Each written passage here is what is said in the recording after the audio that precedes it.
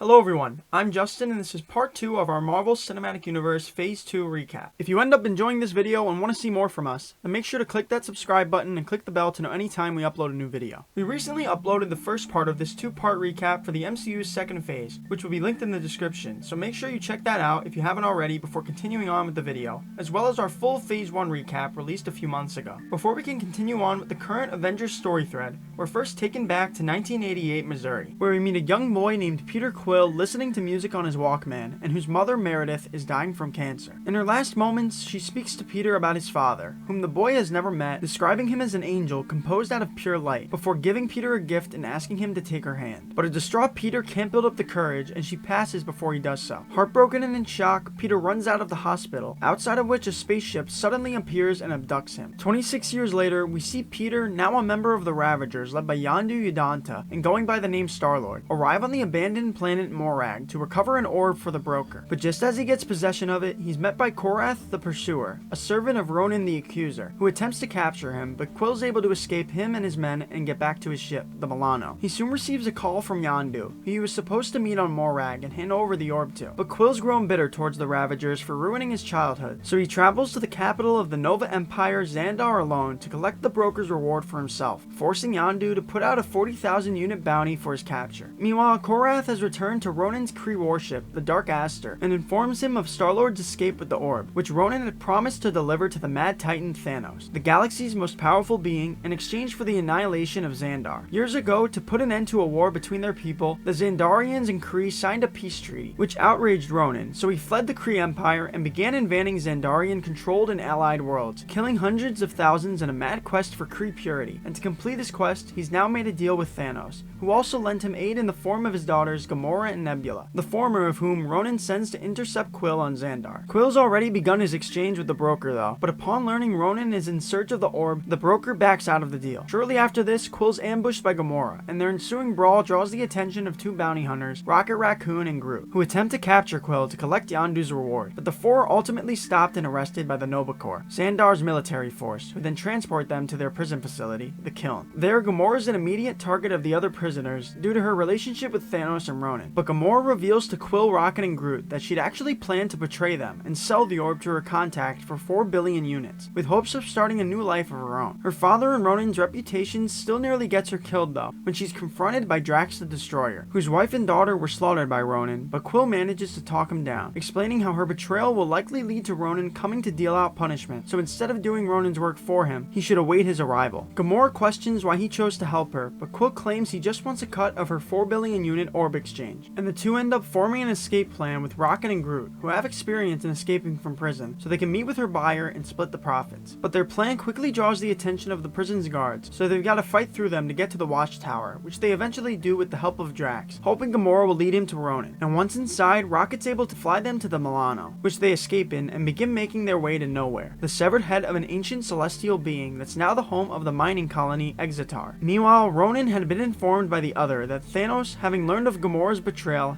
has demanded to meet with him at his sanctuary, and when there, Ronan berates him for attempting to place blame on him for Gamora's actions, before ultimately letting out his frustrations on the other, who scolds Ronan for disrespecting his master, so he kills him by snapping his neck. This prompts Thanos to finally turn around to face him, warning that though he plans to still honor their agreement, if he returns without the orb again, he will bathe the Starways in his blood. Back on Nowhere, the group head to a nearby bar where Drax and Rocket end up getting drunk, while Quill makes an attempt to get to know Gamora, learning that Thanos isn't actually her biological father, and that he adopted her after killing her parents and taking her home planet. She grew up tortured as he turned her into a weapon, but with him now planning to destroy an entire planet for Ronan, she knows she can't live under him any longer. Quill begins to open up about his past as well, and the importance of his Walkman, as it was given to him by his mother so she could share the pop songs she loved growing up with him. Gamora doesn't understand its purpose though, so Quill shares his headphones with her, and the 2 begin swaying to the music. Quill then leans in for a kiss, but although leaning in at first as well, she prevents the kiss by putting a knife to his throat. Before he can explain himself, he notices a fight ensuing between Drax, Rocket, and Groot, which had started after Drax continued insulting Rocket's appearance and calling him a vermin. They manage to break it up, but an overwhelmed Rocket still goes on a drunken tirade about his torturous past of being ripped apart and put back together over and over again. Quill eventually manages to cool him down, but Drax decides to leave the group, upset he's gotten no closer to killing Ronan, while the rest of the group are finally summoned by a Kree-Lorian named Karina to meet with her master, the Collector, who was seen earlier being given the ether by the Asgardians, and once given the orb, he reveals it contains another of the Infinity Stones, 6 immensely powerful items forged out of 6 pre-existing singularities as the universe exploded into existence, that can only be wielded by beings of extraordinary strength. He goes to repay them for bringing him the orb, but Karina, after learning of its power, attempts to grab hold of the stone as a means of freeing herself from torturous servitude, leading to a huge explosion that kills her and blows up most of Devon's collection. Groot, Rocket, Quill, and Gamora do manage to escape though, and Gamora, after witnessing the power the orb holds, believes they should hand it over to the Nova Corps, believing they might be able to contain it. But before they can do anything, Ronan and his army arrive, with them having been called by an impatient Drax, who then attempts to kill Ronan but is easily defeated. The others attempt to escape using Nowhere's mining pods, but they're pursued by Nebula and Ronan's minions, who eventually surround Gamora, and although she pleads for her help, Nebula ultimately destroys her pod and leaves her to die after retrieving the orb. Rocket insists they leave since the pods aren't built to be out in space, but Quill's compelled to save her, so he calls Yondu and gives him his coordinates, before following her into space and putting his helmet on her as they wait for him to arrive, with him doing so almost immediately and collecting them before they're overwhelmed by the exposure. Meanwhile, Groot, still on Nowhere, finds a drowning Drax following his defeat to Ronan, and after reviving him, the two are met by Rocket, who berates Drax for his stupidity. He then looks to leave with Groot, but Groot convinces him to join him and Drax in saving Quill and Gamora. So they travel to Yondu's ship in the Milano and threaten to blow it up if they don't turn them over. But it turns out Quill had already managed to negotiate a deal between them, claiming that if they help him recover the orb from Ronan, they can sell it for the biggest score of their lives. Meanwhile, on the Dark Aster, Ronan, now in possession of the stone, contacts Thanos and informs him that there's been a change of plans, as he joins the stone with his hammer, taking the power for himself, before threatening to kill Thanos once he's destroyed Xandar. After Thanos disconnects from their call, Nebula plants herself firmly on Ronan's side, claiming to help his destruction as long as he kills her father, as she's grown hateful of her adopted father, just like Gamora. As Ronan begins making his way to Xandar, the heroes put together a plan to kill him and save the galaxy, and although they know fighting him may mean certain death, they agree to do so, willing to die amongst their newfound friends. To kick off their plans, Quill sends a message to Roman Day of the Nova Corps, and warns them of the coming conflict to hopefully gain their help in battle, which they do as they soon arrive on Xandar and confront the Dark Aster, with the Nova Corps, the Ravagers, and Rocket clearing a path for Quill, Gamora, Drax, and Groot to breach the ship, on which Gamora battles Nebula, while the rest battle and defeat Korath and the Sakaran soldiers. Gamora attempts to convince her sister to switch sides, but Nebula rejects her offer and flees from the battle in a hijacked Ravager ship. The group eventually find Ronan, but fail in their attempts to overpower him, prompting Rocket to fly his ship straight into the Dark Aster and Ronan, causing the mothership to begin falling from the sky and our heroes to begin falling to their deaths. But Groot manages to save them by creating a shield around them as they land, sacrificing himself in the process. Also surviving the landing is Ronan, who emerges from the rubble unscathed and prepares to destroy Xandar until Quill enters him into a dance battle, which distracts him long enough for Drax to destroy his hammer with the HYDRA Enforcer, separating it and the Infinity Stone, which Quill then grabs onto to prevent Ronan from reaching it. The stone begins to tear him apart, so Gamora calls for him to take her hand, which prompts a vision of his mother asking him to take her hand once again, and this time he does, grabbing onto Gamora, who's then joined by Drax and Rocket as all four take on the power of the stone together, and use it to kill Ronan before quickly placing it inside the orb. They're then immediately forced to hand it over to Yondu as part of their deal, and as he departs, he joyfully reflects on his decision to not deliver Quill to his father like they were hired to, with his loyal first mate Kraglin. But it turns out Quill had switched out the orb with a fake one, as Yondu realizes later when opening it. The group, now going by the Guardians of the Galaxy, as dubbed by Ronan, then meet with the Nova Prime Arani Rail, who thanks them for saving Xandar and has their criminal records expunged, before also revealing to Quill that upon looking into his medical records, they'd come to realize that he is only half human and that his father belongs to an ancient species that they haven't seen before. The day's events prompts Peter to finally open his mother's gift, in which a note reveals that she'd given him his Star-Lord nickname, while the gift turns out to be a new music playlist that he then listens to as the Guardians, including a recovered twig from Groot that has begun to grow, leave Xandar in search of new adventures throughout the galaxy. Back on Earth, around a year later, the Avengers have finally joined back up, engaging in a battle against the remaining members of HYDRA, during which they first encounter the Maximoff twins, with Pietro using his ability of superhuman speed to distract Hawkeye, leading to him being shot in the side by one of Strucker's men. Still, Cap's able to capture Strucker, and Iron Man finds the scepter, but just as he goes to collect it, a vision's implanted into his mind by Wanda Maximoff, who has the ability to manipulate psychic energy, and the projected vision shows Stark standing amongst the ruins of Earth, where he finds the rest of the Avengers dead following a fatal attack from the Chitauri army. He soon snaps back to reality, and the Maximoffs allow him to retrieve the scepter, believing his own fear would lead to his undoing. And this nearly comes to fruition when, after returning to Avengers Tower, the remodeled Stark Tower, Stark discovers a net of neurons within the scepter that can be reconfigured into artificial intelligence, and proposes the idea to Banner to create a peacekeeping program named Ultron to act as a metaphorical suit of armor around the world that could hopefully allow them to retire the Avengers. Banner, enticed by the prospect of being free from transforming into the Hulk, agrees to work on the project with him. So the two work over the next 3 days but have minimal success and decide to put their work on hold to celebrate their victory against HYDRA with the rest of the team. During the party, Bruce gets to talking with Natasha, who's been crucial in helping him calm down after his Hulk transformations, and it appears the two share intimate interest in one another. Cap recognizes this as well and pushes Bruce to go for it, claiming he and Natasha both deserve a win. The group then comes together and each try to lift Thor's hammer, but it seems none are worthy to do so. Meanwhile, as they're distracted doing this, Ultron suddenly activates, and upon accessing the internet, determines that the greatest threat to peace on Earth is humanity itself, and that they must be eliminated. So he seemingly destroys Jarvis before taking control over Stark's Iron Legion, which he then uses to attack the Avengers. And although most of the Legion gets destroyed, one drone escapes with the scepter and heads to Strucker's Hydra base, where Ultron uses their technology to begin building an army of robotic drones, as well as his body of armor. The team then confronts Stark and Banner for creating a murder bot, but Tony defends his actions, claiming a weapon like that is necessary to have on their side when facing otherworldly beings. How are you guys planning on beating that? Together. We'll lose.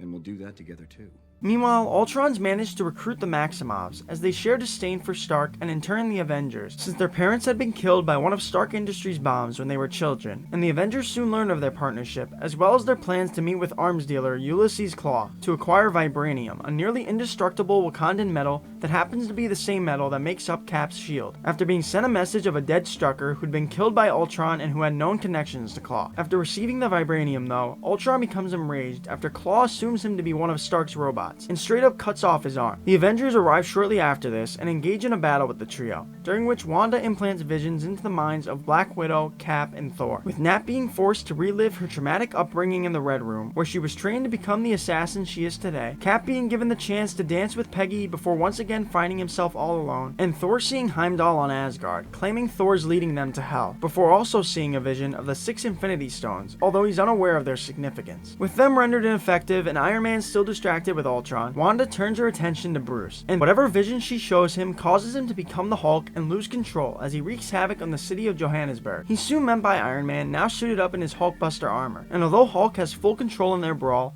Iron Man's eventually able to incapacitate him by sending him crashing down an entire building. Due to the destruction caused by Hulk, the heroes are forced to go into hiding, so Clint takes them over to his home, where they're introduced to his pregnant wife Laura and kids Cooper and Lila, all of which Clint's been able to keep off the record with the help of S.H.I.E.L.D. While most of the group decide to stay there for the time being, Thor feels he needs to find the meaning behind his vision, so he leaves to meet with Dr. Eric Selvig, and the two head to the Water of Sight. Banner, meanwhile, finally discusses the possibility of an intimate relationship with Natasha, but he doesn't think it could work out now that the real Hulk was just showcased to the world, so he plans on running away and going back into hiding, but Natasha claims there's nothing keeping her here either, so the two instead plan on running away together once they defeat Ultron. The group is later joined at Clint's home by a returning Nick Fury, but he doesn't have much information to give them on the whole Ultron situation, other than there being an unknown outside party messing with Ultron's attempts at launching a nuclear missile. They do manage to figure out what Ultron's next move is though, realizing he's likely looking to upgrade his current form, and this turns out to be the case, as Ultron, Wanda, and Pietro had already headed to Dr. Helen Cho's laboratory, who earlier we saw use her regeneration cradle, a piece of medical technology that can be used to create synthetic tissue to heal Clint Barton's wound, and who's now under Ultron's control with the use of the scepter, and begins creating a powerful synthetic body using the vibranium samples for him to transfer his consciousness into, with the scepter as its power source. As Ultron begins uploading his consciousness into the synthezoid, Wanda takes the opportunity to look into his mind, and within it she discovers his true plan to not only destroy the Avengers, but all of humanity. Now realizing they'd been fighting on the wrong side, Wanda releases Cho from the scepter's control, before leaving the lab with Pietro, as Ultron and his sentries killed Cho and her fellow doctors. The Avengers arrive soon after, just as Ultron begins to make his escape with the cradle, and eventually the heroes manage to fight off his sentries with the help of the Maximoffs and retrieve the cradle, which they take to Avengers Tower, although Nat gets captured by Ultron in the process. Throughout this, Tony had headed off to the Nexus Internet Hub to look into the unknown party thwarting Ultron's plans, and there he discovered that it was actually a still working but hidden Jarvis. So in an attempt to rectify his mistake with Ultron, he devises a new plan to upload Jarvis into the synthetic body inside the cradle instead, and Banner reluctantly agrees to help him, but Cap refuses to let them, and after Pietro uses his superhuman speed to unplug the cradle,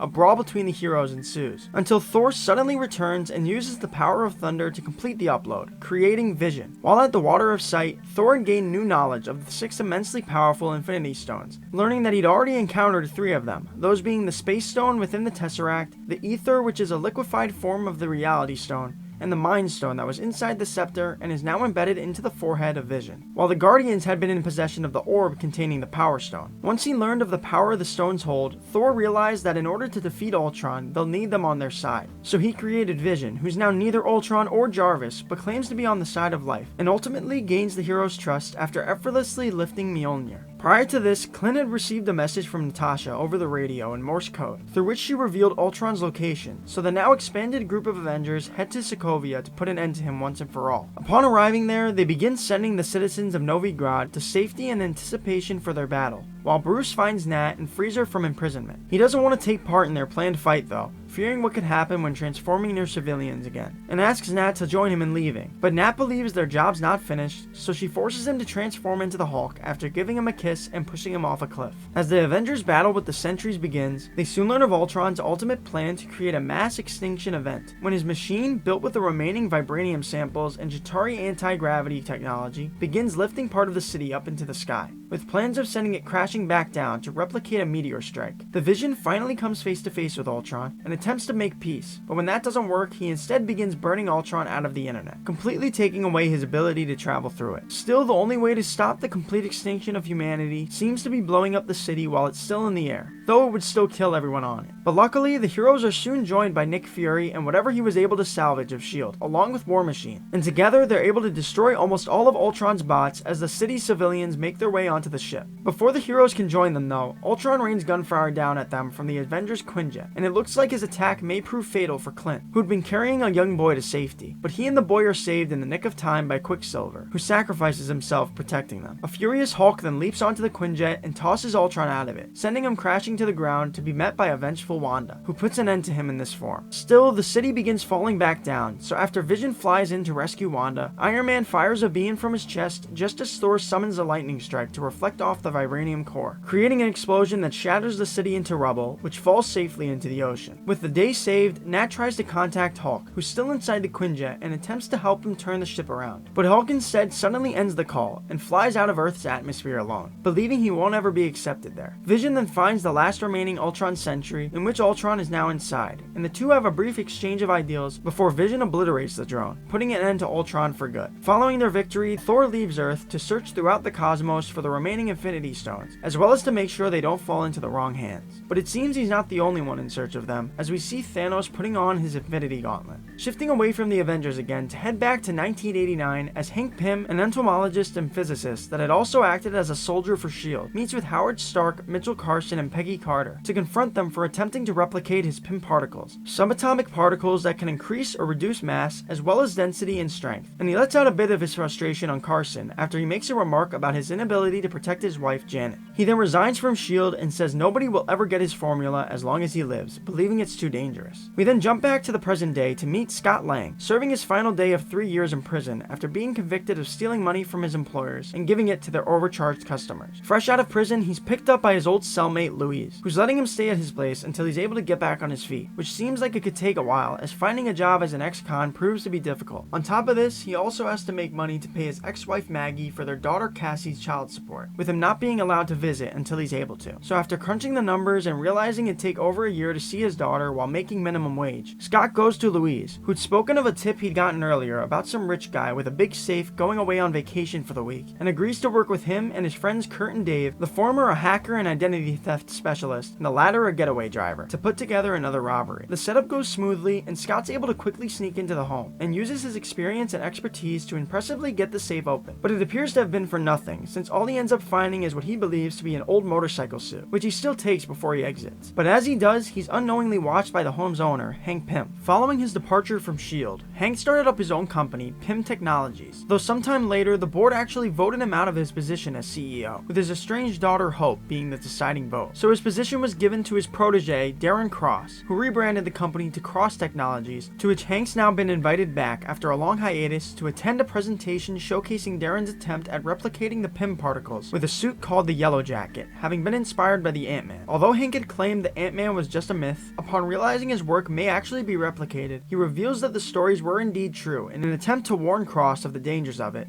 but he's unable to stop him. Hope, who's been secretly scheming with her father against Cross, suggests for him to just give her the suit so she can handle it, but Hank claims he's found someone else to do it, with that someone else being Scott, who while trying on the suit he'd stolen, presses the button on the glove and suddenly shrinks himself down to the size of an ant. Once shrunk, he's spoken to through the suit's comm system by Hank, as Louise enters the bathroom and turns on the bath water, unknowingly sending Scott flying out of the tub and through a crack in the floor. He then falls in and out of multiple apartments before landing on the top of a car, terrified, and managing to re-enlarge himself. Over the comms, Hank compliments him on his trial run and says he'll be in touch, but Scott wants nothing to do with the suit and tries to return it back to Hank's home, but when doing so, he's caught by the police and arrested. Hank later meets him while in jail, posing as his lawyer, and gives him an ultimatum to either stay in jail and miss more time with Cassie, or go back to his cell and await further instructions. So Scott chooses the latter and is helped by Hank and a bunch of ants under his control to escape using the suit, although he passes out while riding out on a flying ant. When he wakes the next morning, he's greeted by Hope, who seems displeased with Hank's decision to include Scott in their plans, but Hank defends his decision, impressed with Scott's clever tactics as a burglar. So he explains to him the Ant-Man suit's creation as well as the dangers that came with it, and Cross's attempt to recreate it, before ultimately proposing for Scott to steal the Yellow Jacket for him, with the promise that if he does, he'll make sure he can be with his daughter again. So Scott agrees and begins his training, during which Hank once again warns him of the dangers that come with the suit, revealing that if his regulator becomes compromised, he'll go subatomic and enter the quantum realm, a reality in which all concepts of time and space become irrelevant as you shrink for all eternity. Hope helps in training Scott as well, but he struggles to get any of it down, which frustrates Hope, who believes he'll never be as ready for the mission as she is, and grows more resentment for her father for not choosing her in the first place. So Hank finally reveals to her the true cause of her mother's death, as he, the Ant-Man, and her, the Wasp, were sent on a mission to deactivate a missile that had been launched at the US, which he realized could only be stopped if he went subatomic. So he attempted to do so, but his regulator had sustained too much damage. So Janet, without hesitation, went subatomic herself and successfully shut down the missile, although while trapping herself inside the quantum realm. He spent years trying to bring her back, but could never figure out how, so he made sure to never put a loved one in that position again. With this revelation, the two are able to reconcile, and eventually Scott's able to complete his training, figuring out how to communicate with the ants and use the suit's abilities in battle, as well as form a friendship with Hope. For the final phase of his training, Hank sends him to retrieve a signal decoy from what he believes to be an abandoned Stark Industries warehouse. But when Scott gets there, it turns out to have been remodeled, with it now being the Avengers compound. Still, he goes through with the mission and is quickly found by the Falcon, Sam Wilson, who Scott's forced to fight against to avoid being apprehended. And Scott ends up actually winning their short brawl by entering into and disabling his wing pack, before returning back to Hank and Hope with the device. Once their plan is put together, and after adding Louise, Dave, and Kurt to the team, they then execute their plan the following night, with Scott and a swarm of ants entering through the water main, and Hank arriving shortly after, being taken by Cross and Hope to the chamber in which the Yellow Jacket suit is being kept. After planting some explosives and sabotaging the servers, it looks like Scott's just about to be able to collect the suit, but as he drops down to grab it, the suit's lowered out of his reach, and he's then trapped inside its containment cell. As it's revealed that Cross had been expecting this, and formed plans to sell not only the Yellow Jacket, but the Ant-Man suit as well to his buyer, Mitchell Carson, who's revealed to be a HYDRA conspirator. Before he completes the transaction though, he looks to kill Hank and Hope, who he'd actually realized was conspiring against him, but just then Scott breaks out of his cell using Pym particle discs and takes out each of Cross's men. Cross still manages to land a gunshot to Hank's chest, who luckily had been wearing a bulletproof vest before escaping, while Carson also manages to escape with Cross's formula, as Hank and Hope make their escape as well, using Hank's tank keychain that turns out to be an actual tank just shrunken down. Scott follows after Cross and makes his way inside his private helicopter, from which Cross is forced to watch as his company's facility is blown up, prompting him to put on the Yellow Jacket suit and have an ant-sized battle with Scott, traveling out of the chopper chopper in a briefcase all the way to the ground below into someone's backyard. And although Scott's able to whack Cross into their bug zapper, before he can finish the job, he's tracked down by a couple of cops, one of which being his ex-wife's boyfriend, Jim Paxton, who's never been a big fan of Scott, so they tase him and plan to take him in, but have to change their route after hearing over the police radio of a situation at Cassie's home address, as Cross had just made his way there. Once there, Scott's able to get his helmet back on while the cops are distracted, and shrink down to escape into the house and confront Cross, who he engages in another brawl with, during which Scott attacks him with some of Cassie's toys that he's able to enlarge with the pin particle discs, although he does end up accidentally enlarging an ant too. Paxton soon makes his way up to Cassie's room as well, and tries to get her out of there at the behest of Scott, but Scott's still unable to overpower Cross, and realizes the only way to protect Cassie will be to go subatomic to dismantle his suit, which he ultimately does, causing the Yellow Jacket to uncontrollably shrink and kill Cross, as Scott continues to shrink smaller and smaller before eventually entering the quantum realm, in which it appears he'll be stuck forever, but he gets the idea to attach one of the pin particle discs to his suit's regulator to hopefully re-enlarge himself, and it works, with him returning to share a warm embrace with his daughter. Following Cross's defeat, Scott's return from the quantum realm gives Hank new hope that bringing back Janet may be possible after all, and Hope and Scott finally lean into their growing attraction for one another by sharing a kiss. The recent events have also led Hank to have a change of heart, and he finally decides to present Hope with a new and improved Wasp suit. Back at home, Paxton, after witnessing Scott basically save the world, helps get the police office back, and it appears his heroism has convinced them to allow him back into Cassie's life, as the family shares a nice dinner together, along with their new giant pet ant. During said dinner, Scott gets a call from and later meets with Louise, who's found out through his connections that Sam Wilson is actually looking for him, and we soon see why he may be in need of help, as he and Cap have found and captured the Winter Soldier, but are unable to contact the other Avengers for help because of what's referred to as the Accords. So Cap believes they're on their own, but Falcon reveals that he may know someone that can help. And that was our full recap and explanation of Phase 2 of the MCU. If you enjoyed the video, make sure to leave a like and subscribe to the channel. And if you want to see more videos like this, just click the second link in the description for our Marvel playlist. We'll be coming out with Phase 3 and 4 recaps relatively soon, so be on the lookout for that. But thank you all so much for watching,